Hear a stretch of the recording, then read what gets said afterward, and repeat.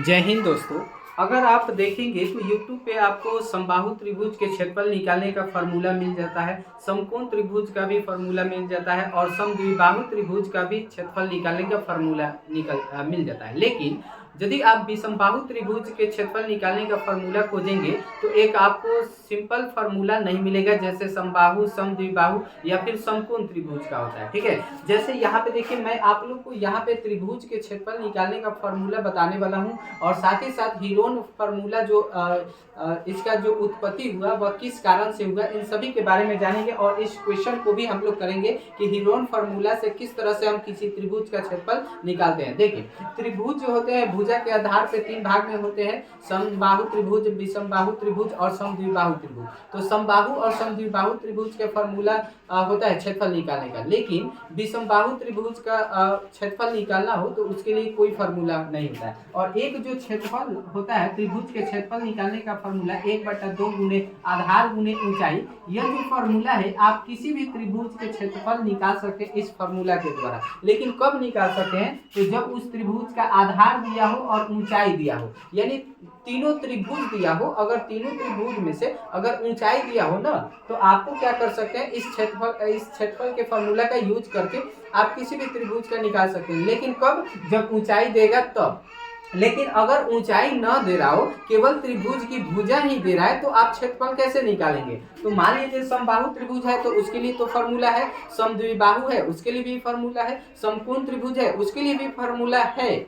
लेकिन यही अगर विषमबाहु त्रिभुज हो तो इसके क्षेत्रफल निकालने का फार्मूला नहीं होता है। जैसे मान लीजिए यहाँ पे एक क्वेश्चन दिया है कि एक त्रिभुज की भुजाएं क्रमशः 13 सेंटीमीटर, 14 सेंटीमीटर और 15 सेंटीमीटर है, हमें इसका क्षेत्रफल निकालना है। तो अगर आप गौर से देखेंगे तो इस त्रिभुज के तीनों भुजा की लंबाई क्या है? अलग अलग है। तो जिस त्रिभुज की तीनों भुजाओं की लंबाई जो है अलग अलग होती है वह क्या होता है? एक विषमबाहु त्रिभुज होता है। ठीक है, जैसे यहाँ पे ध्यान दीजिए, समकोण त्रिभुज का भी क्या होता है? अलग अलग होता है, लेकिन उसमें क्या होता है तो उसके त्रिभुज के भुजा में संबंध होता है, जैसे 3 सेंटीमीटर, 4 सेंटीमीटर और यहाँ पे 5 सेंटीमीटर देंगे। ठीक है, तो यहाँ पे अगर कहें कि एक त्रिभुज की भुजा 3 सेंटीमीटर, 4 सेंटीमीटर और 5 सेंटीमीटर है, उसका क्षेत्रफल निकाले तो ऐसे मत देखिए कि यहाँ पे तो तीनों भुजा की लंबाई अलग अलग है, लेकिन इनमें जो बड़ी भुजा है इसका जो वर्ग होगा ना, इन दोनों छोटी भुजा के वर्ग के योग के क्या होगा? बराबर होगा। 3 के स्क्वायर 9, 4 का स्क्वायर 16 और 16 9 जोड़ेंगे तो 25 और 25 जो होता है 5 के स्क्वायर के बराबर होता है।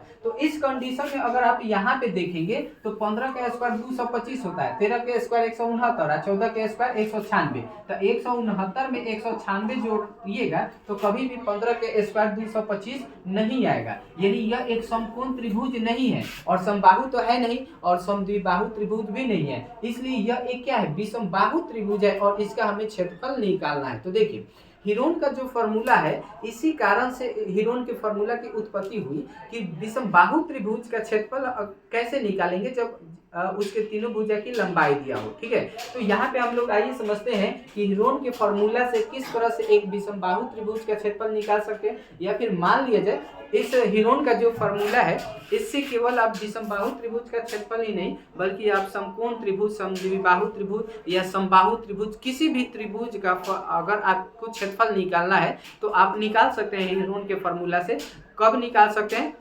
तो जब उस त्रिभुज के तीनों भुजा की लंबाई दिया हो। ठीक है, तो अब देखिए जैसे यहाँ पे एक क्वेश्चन है तो हम लोग देखते हैं कि इसको हीरोन के फार्मूला से हम कैसे निकालेंगे। तो देखिए, सबसे पहले आपको क्या करना होगा, तो हीरोन के फार्मूला एरिया निकालने के लिए, क्षेत्रफल निकालने के लिए आपको अर्ध परिमाप निकालना होगा। अर्ध परिमाप, और यह अर्ध परिमाप कैसे निकलता है? तो देखिए, अर्ध परिमाप निकालने से पहले इसमें क्वेश्चन में कह रहा है कि परिमाप एवं क्षेत्रफल दोनों निकालना। ठीक है, तो सबसे पहले हम लोग निकाल लेते हैं परिमाप। ठीक है, परिमाप क्या होता है? तो परिमाप के मतलब होता है, इसको हम लोग P से सूचित करते हैं। परिमाप का मतलब होता है कि तीनों भुजाओं का योग, यानी जो भी त्रिभुज दिया उसके तीनों भुजा को जोड़ दीजिए, जो जोड़ कर आएगा वही क्या होगा? परिमाप होगा। तो तीनों भुजा की लंबाई जोड़ेंगे, 13 सेंटीमीटर, 14 सेंटीमीटर और 15 सेंटीमीटर हम जोड़ लेंगे। ठीक है, तो जोड़ेंगे तो कितना आएगा? तो 5 4 9 और 9 और 3 कितना हो जाएगा? 12 का 2 हासिल बच जाएगा 1, 1 और 1 हासिल 2, 1 3 और 1 4, यानी आपका परिमाप हो गया 42 सेंटीमीटर हो जाएगा। ठीक है,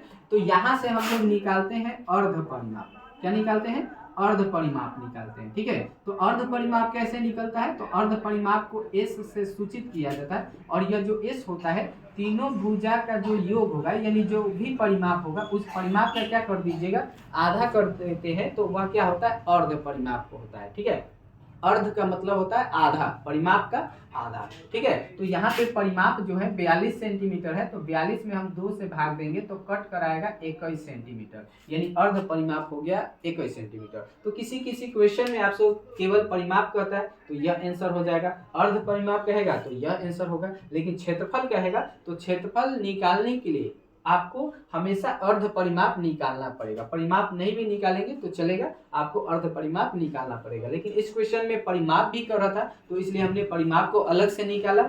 अब हमें क्षेत्रफल निकालना है तो हम अर्ध परिमाप निकालेंगे। तो अब हम बात करते हैं कि हीरोन के सूत्र से हमें क्या करना है, इसका क्षेत्रफल निकालना है। तो इस तरह से लिखा जाता है हीरोन के सूत्र से, हीरोन के सूत्र से ऐसे लिखेंगे और तब यहाँ पे कोमा देंगे और यहाँ पे लिखेंगे क्षेत्रफल बराबर, क्षेत्रफल बराबर। तो अब बात करते हैं कि हीरोन का सूत्र क्या होता है जिससे हम लोग किसी भी त्रिभुज का क्षेत्रफल निकाल सकते हैं। तो इसके लिए याद रखना होगा आपको फॉर्मूला रूट अंडर होता है, फिर होता है s into s minus a into s minus b into होता है एस माइनस सी। यह होता है हीरोन का फॉर्मूला, हीरोन का सूत्र होता है s into s minus a into s minus b into s minus c. इसका मतलब है, एस का मतलब है अर्ध परिमाप, यानी अर्ध परिमाप जो 21 आया है आपको क्या करना है, इसमें गुणा करना है। गुणा कितना से करना है, तो इसमें से बारी बारी तीनों भुजा को क्या करेंगे, घटाएंगे। यानी एस में से एक बार पहली भुजा को घटाएंगे, फिर एस में से दूसरी भुजा को घटाएंगे, फिर एस में से तीसरी भुजा को घटाएंगे